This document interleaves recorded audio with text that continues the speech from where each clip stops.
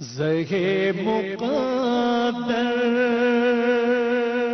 حضرت انس بن مالک رضی اللہ تعالی عنہ سے روایت ہے کہ نبی کریم صلی اللہ علیہ وآلہ وسلم نے فرمایا کہ علماء کرام زمین میں ان ستاروں کی طرح ہیں جن کے ذریعے سے بحر و بر کے اندھیروں میں رہنمائی حاصل کی جاتی ہے، اور اگر ستارے غروب ہو جائیں تو قریب ہے کہ ان ستاروں سے رہنمائی حاصل کرنے والے بھٹک جائیں. جزاک اللہ اسلم راؤ صاحب، جزاک اللہ. خواتین و حضرات، تشریف فرما ہے محترم مفتی محمد زبیر صاحب. سب آپ سے واقف، کسی تعارف کی ضرورت نہیں. ہمارے ملک کا بہت معروف، مقبول اور محبوب نام مفتی محمد زبیر صاحب. خواتین و حضرات، دارالعلوم کراچی سے فارغ التحصیل، کئی کتابوں کے مصنف. خواتین و حضرات، فتاوی عثمانی، دارالعلوم کراچی سے جاری ہونے والے فتاوی کو کتابی شکل دے رہے ہیں. 3 جلدیں منظر عام پر آ چکی ہیں. بہت بڑا علمی کام اللہ تعالیٰ مفتی صاحب کے ہاتھوں کروا رہا ہے. خواتین و حضرات، تشریف فرما ہیں ثنا خوان رسول کریم صلی اللہ علیہ وآلہ وسلم، بہت معروف، مقبول اور محبوب نام محمد اسد ایوب. دونوں مہمانوں کو خوش آمدید کہتا ہوا میں بڑھتا ہوں کوئز کی طرف. کوئز کمپٹیشن، کل کے سوال کا درست جواب اور آج کا سوال. خواتین و حضرات، اس کے بعد ہم سنیں گے اسد ایوب سے حمد باری تعالی. کل سوال ہم نے یہ پوچھا تھا آپ سے، نبی کریم صلی اللہ علیہ وآلہ وسلم کے دادا کے زمانے میں کس ملک کے بادشاہ نے کعبے کو ڈھانے کی کوشش کی؟ صحیح جواب یمن. آج کا سوال نوٹ فرما لیجئے. نبی کریم صلی اللہ علیہ وآلہ وسلم سے نکاح کے وقت حضرت خدیجۃ الکبریٰ رضی اللہ تعالی عنہا کی عمر کیا تھی؟ 3 آپشنز: 35 برس، 40 برس، 45 برس. صحیح جواب بھجوانے کے لیے ہمارے فون نمبرز ہیں 021345270009، 021345286061. ہمارا ای میل ایڈریس ہے ps@dunyatv.tv. ہمارا SMS کا نمبر ہے 3031. اسد ایوب، حمد باری تعالیٰ سے ہم پروگرام شروع کرتے ہیں. میرے رب کہاں پہ نہیں ہے تو، میرے رب کہاں پہ نہیں ہے تو، تیری شان جل جلالہ، تیری شان جل جلالہ، تیری قدرتوں کا شمار کیا، تیری وسعتوں کا حساب کیا، تو محیط عالم رنگ و بو، تو محیط عالم رنگ و بو، تیری شان جل جلالہ، تیری شان جل جلالہ.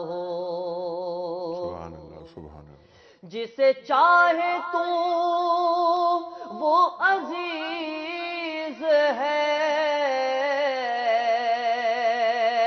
جسے تو نہ چاہے وہ ذلیل ہے.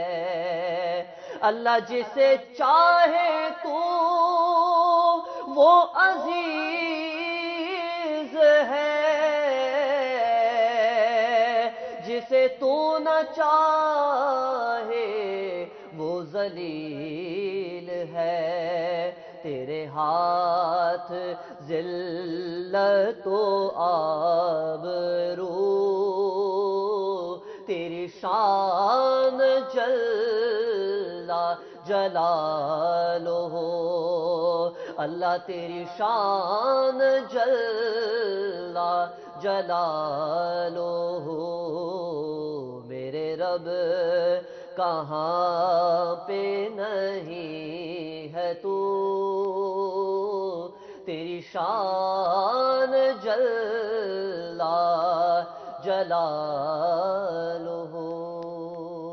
سبحان اللہ سبحان اللہ سبحان اللہ سبحان اللہ. جزاک اللہ اسد ایوب. واہ واہ واہ واہ واہ. مفتی صاحب، پہلا سوال آپ کی خدمت میں. رضی الدین صاحب کراچی سے آپ سے یہ پوچھتے ہیں کہ وصیت کی شرعی حیثیت کیا ہے؟ میں نے اپنے پیش امام صاحب سے یہ سنا ہے کہ آدمی کو 3 دن بھی بغیر وصیت کے نہیں رہنا چاہیے. دین کیا بتاتا ہے؟ بسم اللہ الرحمن الرحیم. نحمدہ و نصلی علی رسولہ الکریم. اما بعد.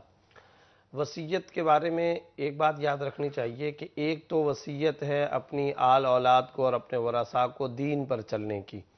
یہ وہ وصیت ہے جس کا سب سے اونچا مقام ہے. سورۃ البقرہ کے اندر بالکل ابتدا کے اندر ہی پہلے سپارے کے آخر میں حضرت یعقوب علیہ السلام کی وصیت کا بڑا خوبصورت نقشہ اللہ تعالیٰ نے کھینچا ہے. ام کنتم شہداء اذ حضر یعقوب الموت اذ قال لبنیہ ما تعبدون من بعدی قالوا نعبد الہک و الہ آبائک ابراہیم و اسماعیل و اسحاق الہا واحدا. یہ جو وصیت کے الفاظ قرآن کریم کے اندر مکالمہ کی صورت میں اللہ تعالیٰ نے بیان فرمایا ہے، آپ اندازہ لگائیے بہت ہی عجیب و غریب موقع تھا. یعقوب علیہ السلام پیغمبر، بیٹے پیغمبر، یہ پورا پیغمبروں کا آبا و اجداد سے سلسلہ چلا آ رہا ہے. بستر علالت پر ہیں، آخری وقت ہے اور آل اولاد دائیں بائیں کھڑی ہوئی ہے. حضرت یعقوب علیہ السلام بالکل آخری نزع کے وقت میں اور ان کے کچھ ہونٹ ہلتے ہیں. انسان ذرا تصور کرے گھر میں دادا جان والد کا اگر انتقال ہو رہا ہوتا ہے اور مرض کا بالکل آخری ٹائم ہو تو سارے کے سارے جتنے بھی آل اولاد، نواسے، پوتے پوتیاں، وہ سارے کے سارے ارد گرد بستر کے کھڑے ہوتے ہیں. اس وقت اگر اس دادا جان کے ہونٹ ہلیں، آنکھیں کھلیں، وہ کوئی بات کرنے لگے تو ہر آدمی انتہائی توجہ کے ساتھ بات سن رہا ہوتا ہے. وہ چاہتا ہے کہ میں اپنے کانوں کو اس کے منہ کے قریب لے جاؤں، اس کی میں بات کو سنوں کہ یہ کیا کہنا چاہتا ہے. اسی طریقے سے وہ جو آدمی دنیا سے جا رہا ہے وہ جو بات کہے گا وہ بھی اس کی زندگی کا نچوڑ ہوگا. فکر اور کوڑھن نبوت کا آپ اندازہ لگائیے. یعقوب علیہ السلام نے اس آخری موقع پہ فرمایا ما تعبدون من بعدی، تم میرے بعد کس کی پرستش کرو گے، تم کس کی پوجا کرو گے. آپ اندازہ لگائیے، بیٹا پیغمبر، خود پیغمبر، آل اولاد پیغمبروں کا، یہ خانوادہ پورے کا پورا نبوت کا خانوادہ، یہ پورے کا پورا نبوت کا خانوادہ. ما تعبدون من بعدی. اب بیٹوں نے ایک دوسرے کو دیکھا کہ بھائی اس حالت کے اندر ابا جان کی کوڑھن اور قلبی فکر کا یہ عالم ہے تو فوری طور پر ان کو بتا دو. چنانچہ انہوں نے فوراً کہا قالوا نعبد الہک و الہ آبائک، ہم آپ کے اور آپ کے آبا و اجداد کے جو معبود حقیقی ہیں اسی کی اتباع کریں گے، جو ابراہیم کا رب، جو اسماعیل کا رب، جو اسحاق کا رب، اور ان سب کا ایک ہی رب ہے، وحدہ لا شریک لہ. یہ وہ وصیت ہے جو ہر وقت کرنی چاہیے، جو وصیت کا سب سے اونچا مقام ہے، جو ہر وقت کرتے رہنا فرض ہے. فذکر ان نفعت الذکریٰ، تذکیر مسلسل ہونی چاہیے، نصیحت ہر وقت ہونی چاہیے. کرتے کرتے مرنا ہے، مرتے مرتے کرنا ہے. یہ تو وہ نبوت کا کار ہے جو نبوت کا کام ہمیں آخر ٹائم تک کرنا ہے. ایک اور وصیت جس کے بارے میں انہوں نے کہا کہ امام صاحب نے کہا وہ ہے مالی حقوق کی وصیت. اور مالی حقوق کی وصیت اگر آپ کے ذمہ کسی کے کوئی حقوق ہیں، لین دین ہے، قرض ہے، پیسہ آپ نے دینا ہے، آپ نے پیمنٹ ادا کرنی ہے، لینا ہے یا دینا ہے، یہ وصیت حدیث کے مطابق کر کے رکھنا ضروری ہے. اور واقعتاً حدیث کے اندر یہ الفاظ بھی موجود ہے کسی مسلمان کے لیے جائز نہیں کہ وہ 3 راتیں 3 ایام اس حالت میں گزارے کہ وہ وصیت سے خالی ہو. لہذا اسے وصیت رکھنی چاہیے. ہمارے صحابہ کا، اسلاف کا، اکابر کا، متقدمین و متاخرین بزرگان دین کا بھی یہ طریقہ رہا جس سے لین دین کا معاملہ ہوتا ہے اسے لکھ کے رکھتے ہیں تاکہ معاملات کلیئر رہیں، صاف رہیں. مرنے کے بعد میراث اور جائیداد اور ترکے کے مسئلے کھڑے ہوں گے، اس لیے یہ سارے کے سارے معاملات واضح کرنے چاہیے. ایک تیسری قسم وصیت کی ہوتی ہے کہ آپ کسی غیر وارث کے حق میں مال کی وصیت کرتے ہیں کہ میرے ذاتی مال میں سے اتنا کسی کو دیا جائے. وہ فرض نہیں ہے، آپشنل ہے، آپ کو اختیار ہے، آپ کرنا چاہیں کر سکتے ہیں. اس کا حصہ 1/3 1/3 سے زیادہ آپ کے لیے شرعاً جائز نہیں ہے کہ آپ کسی غیر وارث کے لیے مال کی وصیت کریں. وہ آپ آپشنل کے درجے میں، آپ کو اللہ نے اپنے مال کے اندر جاتے جاتے بھی یہ اختیار عطا فرمایا، لہٰذا وہ آپ کر سکتے ہیں۔ جہاں تک تعلق ہے مالی حقوق جو آپ کے ذمے ہیں، وہ وصیت فرض ہے، وہ کر کے رکھنی چاہیے تاکہ آپ کے مرنے کے بعد آپ کے جائیداد سے سب سے پہلے آپ کے مال سے کفن دفن کا متوسط خرچہ نکالا جائے، قبر کی زمین خریدی جائے، اس کے فوراً بعد جو شرعی حکم لاگو ہوتا ہے وہ یہ کہ آپ قرضہ ادا کریں۔ تو اگر آپ کا قرضہ کا علم ہی نہیں ہوگا تو پھر کیسے ادا کیا جائے گا؟ اس کے بعد پھر جو آپشنل وصیت کا درجہ ہے وہ آپ اختیار کر سکتے ہیں۔ ٹھیک ہے، اور اگر قرضہ ادا کرنے کے لائق رقم موجود نہیں تو ورثہ وہ قرضہ ادا کریں گے۔ ورثہ، ٹھیک ہے مفتی صاحب، کچھ کالز لیتے ہیں۔ السلام علیکم۔ السلام علیکم انیک بھائی، یہی عرض کروں جناب یحییٰ صاحب فرمائیے سر۔ انیک بھائی، میرا سوال یہ ہے کہ دیکھیے آج کل کے دور میں ہر چیز ظاہر ہے اپنے مذہب پہ چلنا مشکل سے مشکل ترین ہوتا جا رہا ہے، لیکن ظاہر ہے ہمیں اس پہ چلنا بھی ہے۔ مفتی زبیر صاحب سے میرا سوال یہ ہے، دیکھیں ہم مختلف جگہوں جاتے ہیں، ہم رشوتیں بھی دیتے ہیں اور ہمیں کئی ایسے مسئلے ہوتے ہیں جو ہم نہ چاہتے بھی کرنے پڑتے ہیں۔ تو اب جیسے میں کہیں جا رہا ہوں اپنا کام کروانے کے لیے، وہاں مجھے مجبوراً رشوت دینی پڑ رہی ہے اور کافی جگہ مجھے ان کو پیسے دینے پڑے اور غلط کام ہو رہے ہیں وہاں، لیکن ہمیں مجبوراً دینا پڑے کہ ہم اپنے جائز کام نہیں کروا سکتے۔ تو میں اس میں کتنے گناہ کا مرتکب ہوا؟ میرا سوال یہی۔ یہ بہت اہم سوال ہے اور یہ سوال بہت آتا ہے ہمارے پاس۔ مفتی صاحب، جائز کام کروانے کے لیے بھی ناجائز طریقے اختیار کرنے پڑ رہے ہیں اسلامی جمہوریہ پاکستان میں۔ دیکھیے بات یہ ہے، واضح طور پر حدیث کے اندر رشوت کے لین دین کو حرام قرار دیا گیا۔ الراشی والمرتشی کلاہما فی النار، بالکل واضح اور معروف و مشہور حدیث ہے۔ رشوت دینے والا رشوت لینے والا دونوں جہنمی ہیں، اس لیے یہ تو پہلا کانسیپٹ واضح ہونا چاہیے۔ اس کے ساتھ ساتھ ایک بات اور بھی، آپ کی بات آگے بڑھاتے ہوئے آپ کی بات کٹتی بھی اور بڑھتی بھی ہے۔ رشوت دینے والا رشوت لینے والا، اس کے ساتھ ساتھ وہ بھی جہنمی ہے جو ان دونوں کے مابین معاملہ کروائے، وہ سبب بن رہا ہے، سبب بن رہا ہے، تو تینوں جہنمی ہیں۔ وہ تعاون کر رہا ہے، حرام کے اوپر تعاون کر رہا ہے، ناجائز پر تعاون کر رہا ہے، لہٰذا یہ تو بالکل کار حرام ہے اور یہ جہنمی کام ہے، جہنم کے اندر جائیں گے۔ یہ کسی مولوی مفتی فقیہ کی بات نہیں ہو سکتی، سرکار دو عالم صلی اللہ علیہ وسلم کا ارشاد ہے، وضاحت اور صراحت کے ساتھ حدیث میں واضح طور پہ موجود ہے۔ جہاں تک تعلق ہے یہ جنہوں نے کہا کہ اپنا حق بعض اوقات وصول کرنا ہوتا ہے، اس سلسلے میں ایک بات تو یاد رکھنا چاہیے کہ فقہاء نے اس حدیث کو سامنے رکھ کر کے واضح طور پر نیچے یہ تشریح لکھی، الآخذ والمعطی آثمان، رشوت لینے والا دینے والا یہ دونوں گناہ کے اندر برابر کے شریک ہیں۔ لیکن اگر صورتحال ایسی ہے کہ کہیں پر آپ اپنا جائز حق نہیں وصول کر سکتے، مثلا اس کی ایک چھوٹی سی مثال، ایک آدمی نے ایک جگہ پر کام کیا، اس کو تنخواہ لینی ہے، اب وہ تنخواہ اس کا رائٹ بن چکا ہے، اس کا حق بن چکا ہے۔ ایک بیچارہ سوزوکی پر سامان لوڈ کر کے سڑک سے گزر رہا ہے اور وہاں پر اس کو کوئی سارجنٹ روک لیتا ہے اور وہ اس سے 10 روپے لیے بغیر یا پیسے لیے بغیر آگے نہیں جانے دیتا، اس کا کام خراب ہو رہا ہے، اس کی دہاڑی خراب ہو رہی ہے، اس کی اجرت کے معاملات برباد ہو رہے ہیں۔ ایسی مجبوری کی صورت میں اگر کوئی آدمی اپنے جائز اور اپنے ذاتی حق کے لیے، جو حق ہو، نیا فائدہ نہ ہو، نئے فائدے کے لیے نہیں، اپنے جائز ثابت شدہ حق کو وصول کرنے کے لیے اگر وہ رشوت دیتا ہے مجبوری میں، تو ایسی صورت میں فقہاء نے لکھا کہ یہ رشوت دینے کا جو گناہ ہے، یہ لینے اور دینے دونوں کا گناہ اس لینے والے پر جمع ہو جائے گا۔ اس کا گناہ بھی ادھر ٹرانسفر ہو جائے گا، اس کا گناہ بھی ادھر چلا جائے گا۔ اب الآخذ والمعطی آثمان نہیں بلکہ الآخذ آثمن، یعنی جو لینے والا ہے وہ گناہگار ہو جائے گا۔ یہ تو مجبوری کی وجہ سے کام کر رہا ہے، اس کے لیے اس کے بغیر کوئی چارہ کار نہیں، لیکن یہ ایک باریک پٹڑی ہے، اس کو یاد رکھنا چاہیے۔ یہ مطلب نہیں ہے کہ ایک انسان نئے فائدے کے لیے ثابت شدہ کوئی حق نہیں ہے، وہ نیا کوئی ٹھیکہ لینا چاہ رہا ہے، کوئی کانٹریکٹ وہ لینا چاہ رہا ہے، کوئی نیا مالی منفعت، اور اس کے لیے باقاعدہ ریٹ فکس ہے اور جاتا ہے، اس کی کوئی مجبوری نہیں، کوئی پہلے سے ثابت شدہ حق نہیں۔ یہاں اگر یہ رشوت دے گا تو یہ جلب منفعت ہے، دفع مضرت نہیں ہے، اپنے سے نقصان کو نہیں ہٹا رہا بلکہ نیا فائدہ اٹھا رہا ہے، تو جلب منفعت کے لیے جائز نہیں ہے، دفع مضرت کے لیے گنجائش۔ ٹھیک ہے، اور نفرت دل میں رکھ کر اگر رشوت دینی پڑے تو اضطرار کی حالت میں اور اکراہ کی حالت میں، اور نفرت ہو، مذمت ہو اس بات کی۔ صحیح کہا آپ نے، یہی الفاظ فقہاء نے استعمال کیے ہیں، بالکل اضطرار اور مجبوری کے درجے کے اندر، اکراہ کے درجے میں۔ آپ کو میں خوشخبری سناؤں اس وقت کہ اس وقت جو کالر ہمارے ساتھ ہیں وہ ہیں مکہ مکرمہ سے۔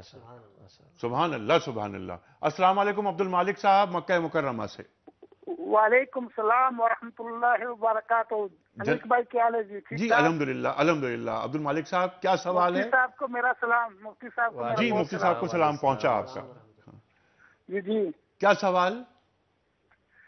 بات ایسے ہے کہ جو آپ نے خلیفہ دوم کا چوتھا پروگرام کیا تھا، مفتی صاحب نے اس پروگرام میں کہا تھا کہ عامر بن ربیع کا ذکر جی کیا جی تھا، جی جی جی جنہوں نے اسلام مسلمان ہونے سے پہلے تالیاں گئے تھے. جب وہ مسلمان ہونے کے بعد یمن کے گورنر بنے تو اس کی تالیوں کی یاد میں ان پر غشی اور مرگی کے دورے پڑتے تھے. وہ 2 یا 3 دن تک ہوش میں نہیں رہتے تھے. اللہ اکبر، ایسی بات ہے، اللہ اکبر. ایسی بات. جی جی بالکل بالکل ہم بالکل بالکل.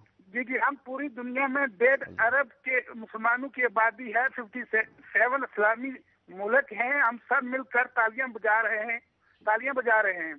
اب میں پاکستان کی طرف آتا ہوں. ہم سب مسلمان ہیں. ہم 65 سال سے ایک دوسرے کے خلاف تالیاں بجا رہے ہیں. مفتی صاحب سے میرا یہ سوال ہے، وہ دن کب آئے گا جب ہم پر غشی اور مرگی کے دورے پڑیں گے اور اس کا دورانیہ کتنا ہوگا؟ اللہ بہت جی بہت انیک بھائی، بہت اللہ اکبر، اللہ اکبر، اللہ اکبر. مفتی صاحب یہ جی وہ دوسرا خلیفہ سوم حضرت عثمان غنی رضی اللہ تعالیٰ عنہ کا ذکر کیا کہ انہوں نے کنویں کے لیے 12,000 روپے دیے، جی 12,000 درہم، جی جی اور ایک دن تمہاری باری اور ایک دن جی ہماری جی باری. جی 65 سال قبل ہم نے بھی ایک میٹھا کنواں خریدا تھا. اس کی قیمت جو ہے 2.5 یا 3 لاکھ آدمیوں کی شہادت تھی، جو 16 دسمبر 71 کو اس کنویں کے 2 ٹکڑے کر دیے گئے. باقی جو آدھا کنواں بچا تھا اس کنویں کی 4 حصے کیے ہوئے ہیں. اللہ اکبر. اس کنویں سے ہم سب اپنی اپنی باری کا پانی نہیں بلکہ انسانوں کا خون پیتے ہیں، اور اس ملک کا نام ہے اسلامی جمہوریہ پاکستان. اللہ اکبر، اللہ اکبر. عبد المالک صاحب یہ تو بہت ہی آپ نے دل دکھا دیا ہمارا. یہ ایسے سوالات، یہ تو شفاف حقیقتیں ہیں. لیکن بس گزارش آپ سے یہ ہے کہ اعمال وہ تو کرنے ہیں پاکستان میں رہ کر، لیکن آپ ہیں بیت اللہ شریف میں، آپ ہیں مکہ مکرمہ میں. دعا کیجئے، بس دعا کیجئے. اور یقین ہے ہمیں کہ اللہ تعالیٰ ان قربانیوں کو، جس کا آپ نے اشارہ کیا ہے جس طرف، ان قربانیوں کو اللہ فراموش ہم نہیں کر سکتے، اور اللہ تعالیٰ ضائع نہیں کرے گا. پاکستان ہجرت ثانی کا مدینہ ہے. 20 لاکھ افراد کا خون ہے اس کی بنیادوں میں، بڑی سسکیاں ہیں اس کی بنیادوں میں، بڑی آہیں ہیں اس کی بنیادوں میں. اور پاکستان اسلام کے نام پر وجود میں آیا اور یہ قائم رہنے کے لیے ہے. سرکار دو عالم صلی اللہ علیہ وآلہ وسلم نے فرمایا تھا کہ مجھے ہندوستان سے ٹھنڈی ہوا آ رہی ہے. اقبال نے باندھا تھا نا شعر میں کہ میر عرب کو آئی ٹھنڈی ہوا جہاں سے، میرا وطن وہی ہے، میرا وطن وہی ہے. سرکار دو عالم صلی اللہ علیہ وآلہ وسلم فرماتے ہیں کہ میں عرب ہوں لیکن عرب مجھ میں نہیں ہے، ہند مجھ میں ہے. میں ہند میں نہیں ہوں لیکن ہند مجھ میں ہے. خواتین و حضرات، یہ بہت اہم گفتگو ہے، بہت اہم معاملات ہیں. صرف ایک جملہ میں عرض کروں گا کہ پاکستان کا مطلب کیا؟ لا الہ الا اللہ. پاکستان کی بنیاد میں کلمہ طیبہ موجود ہے. یہ کوئی معاشی ہجرت نہیں تھی. آپ نے بالکل صحیح کہا عبد المالک صاحب کہ یہ وہ کنواں ہے جو 65 برس پہلے ہم نے اللہ تعالیٰ سے کچھ وعدوں کے بعد حاصل کیا تھا. ہم سے کیا ہوا اور کیا ہو رہا ہے، اس پر بہت گفتگو ہو چکی ہے. مفتی صاحب نے بہت گفتگو فرمائی ہے. کئی مرتبہ مفتی صاحب آنسوؤں سے روئیں اس پروگرام میں ان حالات کا تذکرہ کر کے. انشاءاللہ تعالی حالات ٹھیک ہوں گے. ذرا کچھ وقت جیسے کہ ہم نے پہلے بھی عرض کیا تھا خواتین و حضرات کہ یہ اب معاملات سالوں کے یا مہینوں کے نہیں، اب چند ہفتوں کے معاملات ہیں. انشاءاللہ تعالی اسلامی جمہوریہ پاکستان میں وہ سب کچھ ہوگا جس مقصد کے لیے یہ ملک حاصل کیا گیا تھا. خواتین و حضرات، اس وقت ہمیں جانا ہے ایک بریک کی جانب. واپس آئیں گے ہم اسد ایوب سے نعت رسول مقبول صلی اللہ علیہ وآلہ وسلم سنیں گے، اور اس کے بعد کچھ ویڈیو پر کچھ سوالات ہیں وہ جو ریکارڈ کیے ہیں ہم نے، وہ بھی ہم رکھیں گے مفتی صاحب کے سامنے. اور جو عبد المالک صاحب نے مکہ مکرمہ سے جن جذبات کا اظہار کیا ہے اس پر گفتگو فرمائیں گے مفتی محمد زبیر صاحب سے. ایک چھوٹا سا بریک.